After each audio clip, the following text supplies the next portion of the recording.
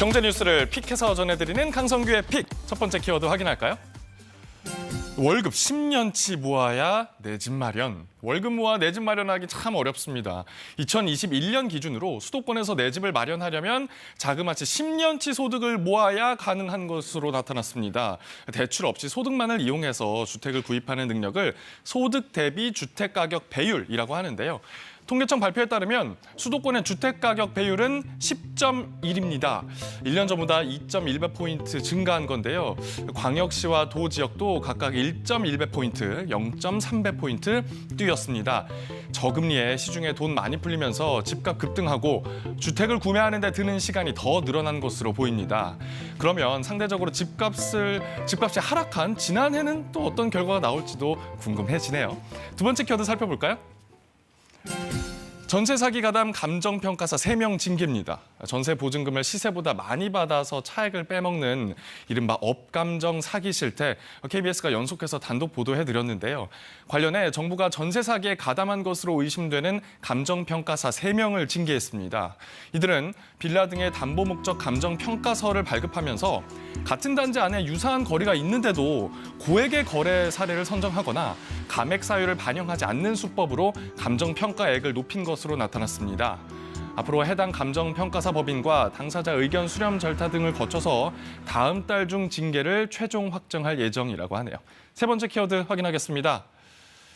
지난해 금융감독원이 적발한 보험 사기 금액이 1조 818억 원으로 역대 최고 수준을 기록했습니다. 해마다 보험 사기 금액이 늘고 있지만 1조 원을 넘어선 건 이번이 처음인데요. 적발 인원도 10만 2천여 명으로 1년 전보다 5천 명 늘었고요.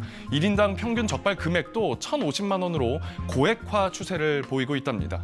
유형별로 보면 진단서 위변조 등과 같은 사고 내용 조작 건이 10명 중 6명으로 가장 많은 것으로 나타났고요. 허위 사고와 고의 사고가 그 뒤를 이었습니다. 연령별로는 50대가 가장 많았고요. 최근엔 60대 이상 고령층도 늘고 있네요. 반면 증가하던 10대에서 20대는 소폭 감소했습니다. 보험 사기 등으로 인한 보험금 누수는 결국 보험료 인상으로 이어지게 되는 만큼 선의의 피해자가 발생하지 않도록 철저한 감시와 제도적 보완이 필요하겠습니다. 제가 픽한 마지막 키워드 살펴보죠. 여러분 하루에 스마트폰 어느 정도 사용하시나요? 혹시 스마트폰 과의존 상태는 아니신가요? 과의존이라는 건 일상에서 스마트폰을 가장 우선시하면서 이용량 조절 능력이 줄어들고 신체, 심리, 사회적 문제를 겪게 되는 상태를 말하는데요. 이걸 기준으로 점수화해서 실태 조사를 했더니요.